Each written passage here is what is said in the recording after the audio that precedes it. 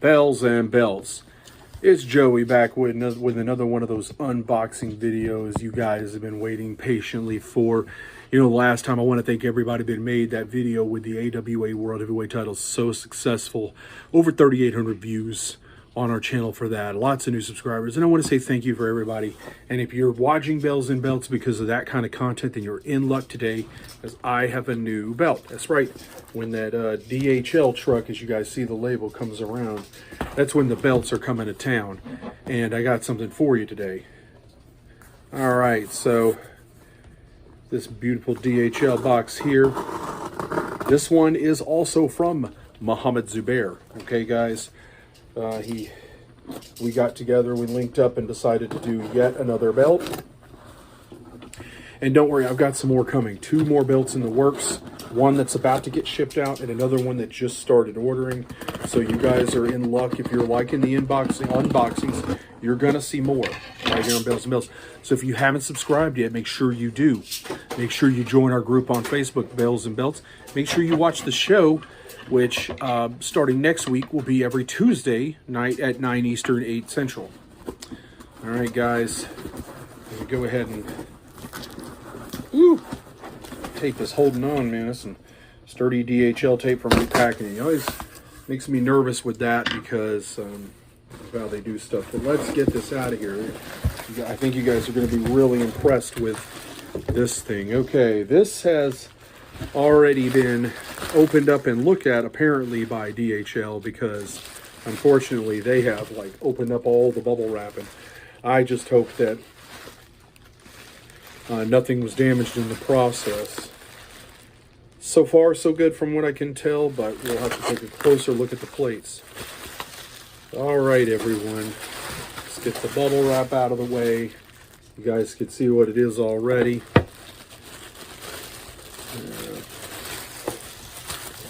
Okay, so I like that Zubair does this. He does this extra wrap of plastic underneath the bubble wrap, and it just, you know, gives it a little extra layer of protection. Other makers would do well to do the same on that. You guys probably saw the front, so you probably already know what it is. It is a custom, wow. Ooh, this leather. All right. We're going to turn this around and let you guys get a good look at it. It is the classic WWF Intercontinental Championship. 4mm zinc, regular acid etching, standard definition for Mohamed Zubair. 4mm zinc, like I said, 24 karat gold plating.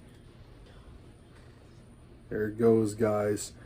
Now, one thing you got to say right off the bat, yes, this thing is beautiful just right out the gate. It looks so amazing. And we're going to take a closer look at some of these aspects of the leather. Is wow. Man, it's like butter, man. But one thing about this right out the gate is I do not get gold tips. Now, yes, on the ring used belt on television that guys like Bret the Hitman Hart, Mr. Perfect, Ultimate Warrior, so on and so forth held, there was a gold tip on all these Reggie Parks Classic Intercontinentals that they had over time. However, as a collector, not gonna lie, I don't like them, and the reason is they are heavy. They are generally made of kind of cheap metal. Even, I don't care where you get them from. They are usually made from a brass pot metal, and they scratch very easily and they tarnish very easily. They are not made of the same quality plating and zinc plates that the actual plates of the belt are made.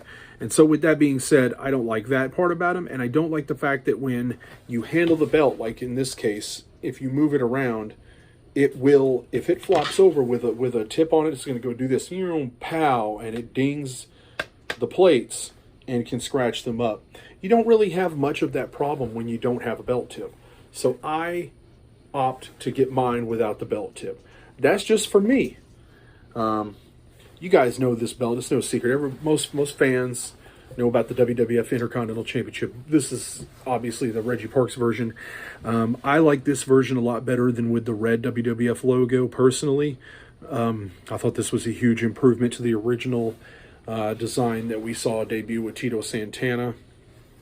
This one debuted with the Honky Tonk Man when he was the Intercontinental Champion, the greatest Intercontinental Champion of all time, right?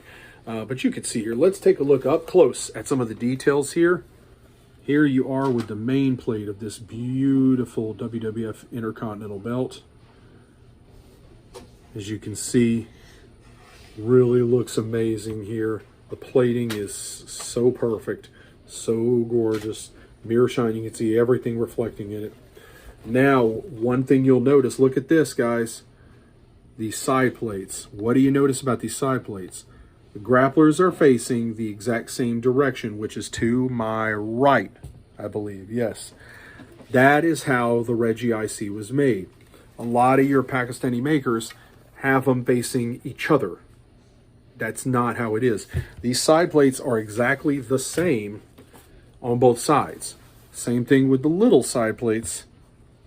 They are exactly the same as they are on the other side. That's if you want the art to be as correct as possible, that's how it should look. And of course, you've got the WWF Intercontinental logo plate here, and of course you see the border edging he did around in the leather. Amazing cut on that. Great tooling in the leather. What you'll see in addition to, Zubair did, he stamped the WWF logo into the snap box. It's hard to get the glare on it. It's WWF stamp into that snap box. He even came over here and hit the WWF logo in the snap box here. Now, where can you guys find Mohammed Zubair? Big Time Belts on Facebook. It's a private group. Big Time Belts. Check them out on there. You'll see my AWA is one of the main belts showcased in the graphic at there. So anyway, want to see something cool? I did some custom backing on this Intercontinental.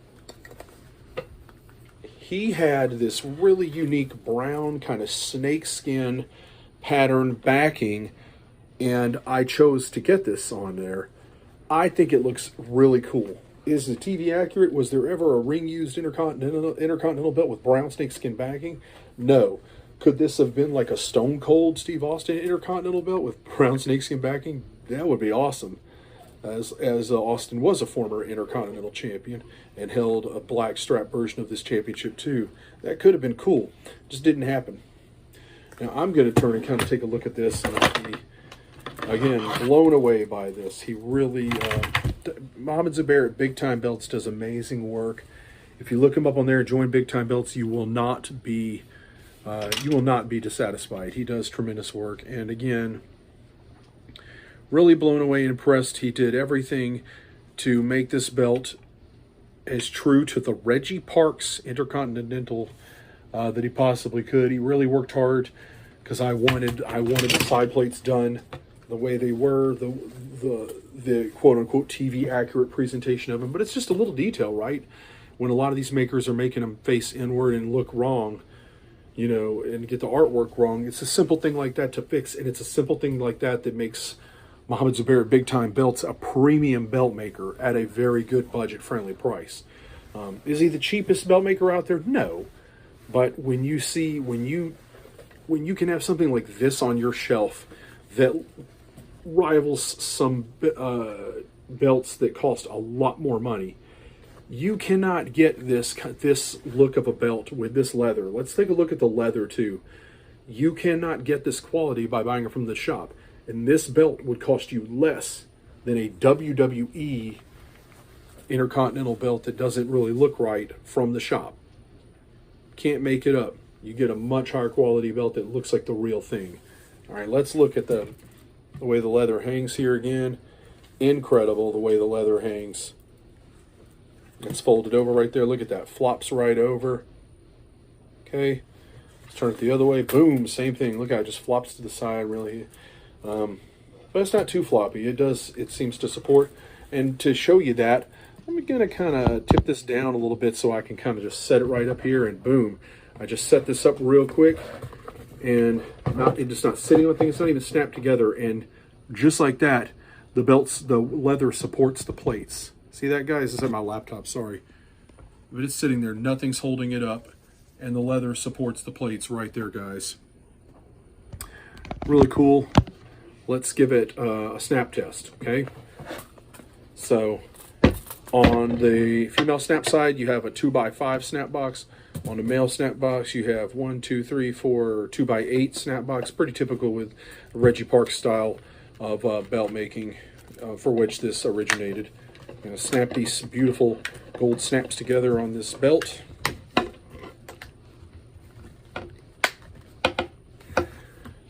And there you see it. Got it snapped together now, easy, and let's go ahead and hit it. Snaps, unsnap easily, no tears in the leather, nothing like that. That's a big thing. You want to, snaps do need to be broken in a lot of times. So they may be a little stiff at first, but they shouldn't stay stiff like that, okay?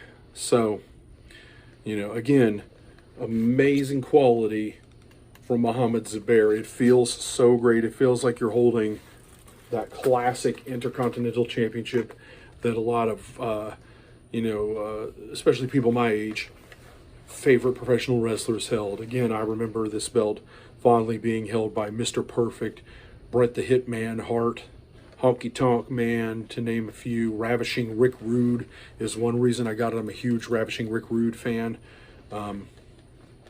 Jeff Jarrett, amongst others. Shawn Michaels. So many great wrestlers held this championship, and it meant so much during this time. And it'd be great if it meant this much again, but it probably never will. All right, guys. Let's wrap this up. Who is your favorite classic WWF Intercontinental Champion? If you could, drop that in the comments below. Make sure you go join Big Time Belts. Mohamed Zubair, order a belt from him. Give him a shot.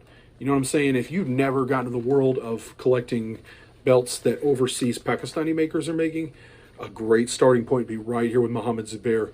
You really can't go wrong with him. Again, Big Time Belts on Facebook is how you're going to find him. Mohamed Zubair.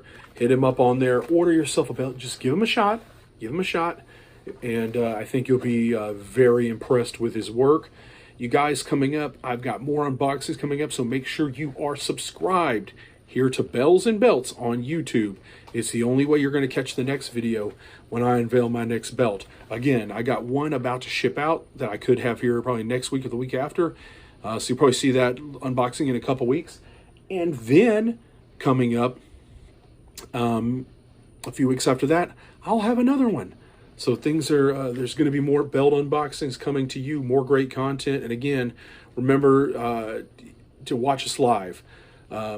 Starting in September, we will be live every Tuesday night at 9 Eastern, 8 Central Time.